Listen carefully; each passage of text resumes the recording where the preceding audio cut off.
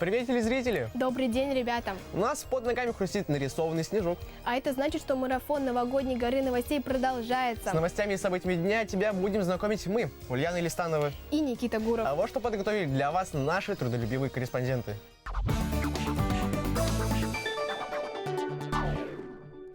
Все зимние каникулы и даже больше детская информационная служба будет радовать тебя звездными интервью, полезными лайфхаками и яркими сюжетами. Самые свежие новости и актуальные события наши спецскоры откопали вовсе не под елкой. Всем привет, с вами Кобяков, Алмаз Томас Мраз, Давид Деймур. Группа ускорится Специально для горы новостей.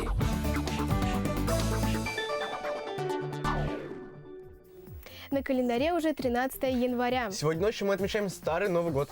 История этого праздника пришла в нашу культуру вместе со старым стилем летоисчисления. В 1918 году правительство решило поменять календарь.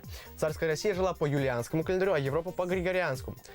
Первый был создан в Римской империи и основывался на древнеегипетской астрономии. Григорианский календарь же был более точным, его создали в 16 веке с учетом новейших знаний об устройстве Вселенной. Разница между двумя системами исчисления составляла 13 дней и создавала неудобства для ведения международных, политических и экономических дел и приводила к забавным казусам в повседневной жизни. Например, по датам на почтовых штемпелях выходило, что телеграмму в Европе получили на несколько дней раньше, чем ее отправили в Россию. Иной раз часовые пояса сбивают с толку, тут еще и даты разнятся. Так и появился необычный праздник – Старый Новый год, то есть Новый год по старому стилю, который не был забыт в народе. Однако праздновали Старый Новый год не так масштабно, как ночь с 31 декабря на 1 января. Сейчас Старый Новый год – это скорее такой день, вернее, такая ночь, после которой будут говорить друг другу с Новым годом, как будто становится неактуально, и год из разряда новый переходит в разряд старый. То есть говорить: о, 2023 год уже. Не очень просто 2023 год вовсю идет и все. Так что с Новым годом в очередной 148 раз мы поздравлять не будем, а посмотрим сюжет о том, как утеплиться этой зимой.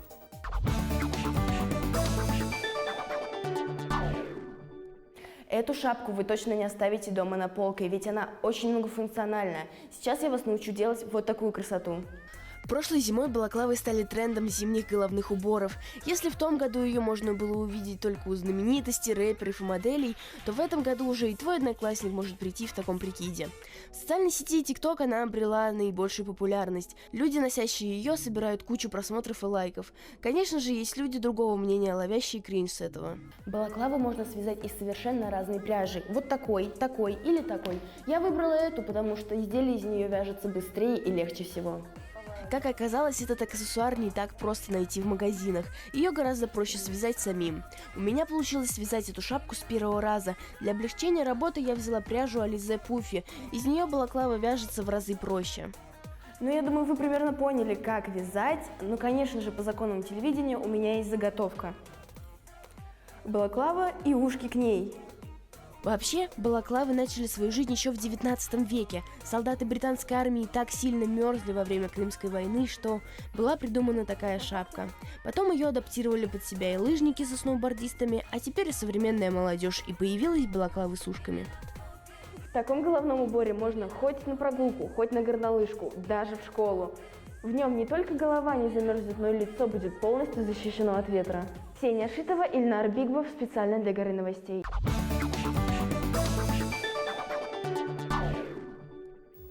Ксюша, спасибо. Отличное решение.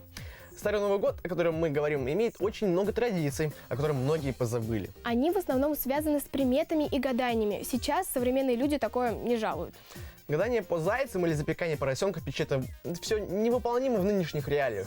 Хотя, мне кажется, для героя следующего материала такая задача по плечу.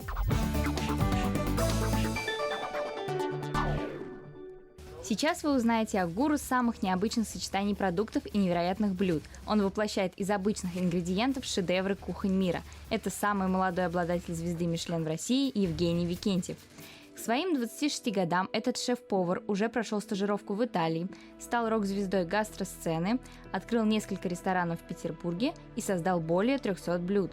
Евгений продолжает творить, путешествовать по миру, открывать самые лучшие рестораны и гастролировать на фестивалях. Как раз на одном из таких мы его встретили и задали несколько вопросов. А как вам приходят идеи для блюд? А вообще идеи, они как бы имеют свойство, наверное, у многих поваров приходить как бы сами по себе. То есть обычно это даже происходит не на кухне, а в какой-то, может быть, скажем, отдаленном от кухни место. Просто у тебя пришла какая-то идея, у меня есть заметка, она нереального размера. Все вот так вот крутишь на айфоне, она не заканчивается. А какое вам блюдо было сложнее всего готовить? Нет такого сложного. Просто вопрос времени. На какое-то нужно больше времени, на какое-то меньше, для того, чтобы овладеть. Но тут скорее не в блюде дело. Тут скорее же дело в технике, правильно? Потому что любой процесс приготовления – это набор техник, которые ты используешь. А какие 5 минусов работы шеф-поваром? Первый минус – это отсутствие свободного времени в должном объеме. Второй минус, конечно, это стрессовая работа очень. Она входит в 10, наверное, самых стрессовых. Потом физически тяжело все-таки. Ты 12 часов на ногах. Что еще? Проблемы с желудком почти у всех поваров из-за того, что они пробуют. И, собственно, когда ты пробуешь чуть-чуть, у тебя все равно желудочного сока выделяется столько же, сколько на обычный объем пищи.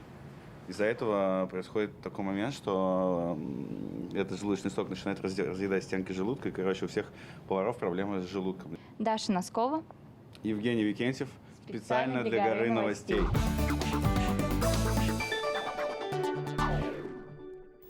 Наши корреспонденты не упускают возможность взять интервью у известных людей. А мы продолжаем рассказывать новости. Раз уж мы вовсю ходим в школу и делаем домашку, то разговор о школе будет не лишним. В этом учебном году пересмотрели федеральный перечень учебников. Оказывается, выбросили 900 устаревших. Но глупее мы не станем. Добавили новые, которые прошли экспертизу. Из новинок учебники для ребят с ОВЗ, также по родным языкам, в том числе на алтайском, адыгейском, татарском, карачайском и чувашском. В некоторых школах появились уроки по искусственному интеллекту. Они охватывают ребят с 3 по 11 классы. Примерно треть школьников из 70 субъектов Российской Федерации уже вовсю постигает этот предмет. А для учителей организовали повышение квалификации в этом направлении. Для учеников 8-11 классов также придут проведение Всероссийской Олимпиады по ИИ. Старшеклассникам, которые увлечены информатикой, придумали двухгодичные бесплатные курсы по программированию, как дополнение к базовой школьной программе по математике и информатике.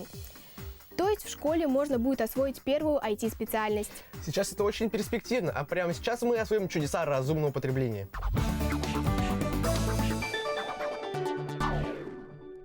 Девчонки, наверное, у каждой есть вот такая сокровищница со всякими разными штучками. У меня есть много разных цветных заколок, но, если честно, они мне уже надоели. И сейчас я обновлю одну из них.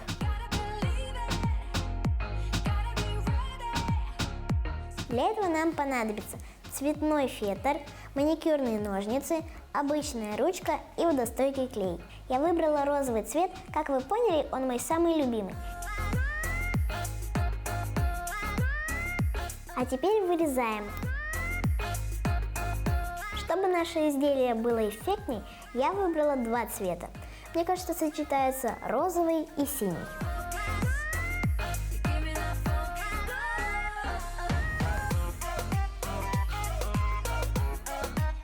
А еще для декора нам понадобится вот такой желтенький кружочек.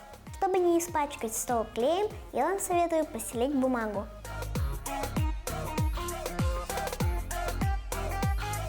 Соединяем заколочку с украшением.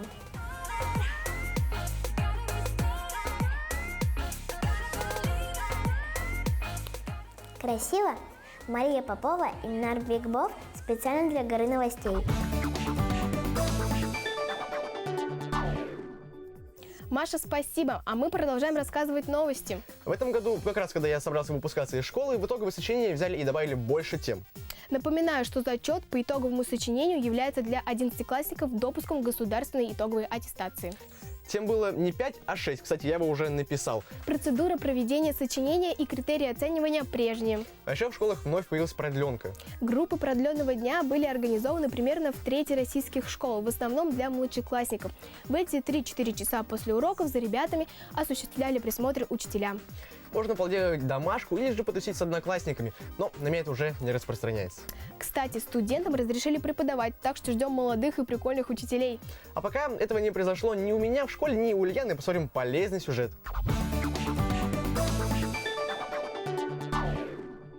Как заработать денег, если ты еще школьник? Думаю, этот вопрос интересует многих. На мой взгляд, заработок с помощью сдачи вторсырья – это не только полезно для экологии, но и для вашего кармана. Гора новостей снова приехала в пункт приема вторсырья для того, чтобы нам рассказали, как бутылки, бумага, пластик и другие, казалось бы, обычные вещи приносят прибыль.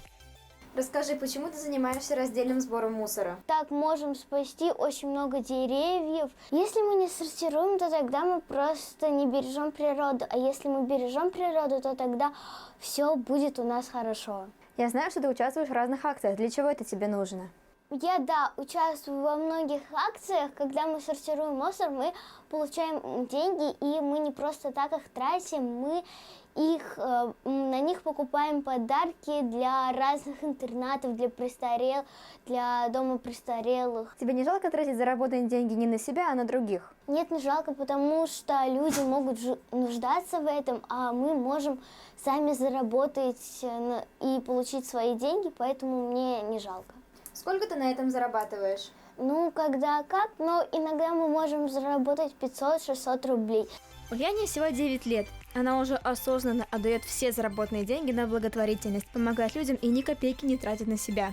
В день съемок нашего репортажа Ульяна собиралась в общественный центр «Улей», чтобы поучаствовать в акции и помочь нуждающимся. Во время карантина Ульяна вместе с семьей начали сортировку и сдачу вторсырья. Теперь это их семейное хобби.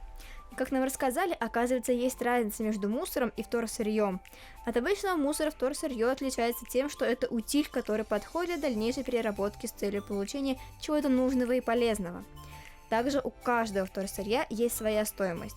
К примеру, вы с друзьями встретились, покушали, попили и сдали все это в пункт. Поздравляю, вы еще и заработали. Делать хорошие дела нужно всегда. Если вы помогаете экологии, то также можете помочь и кому-то другому. Аня Асадова, Рамазан Муси, специально для Горы новостей.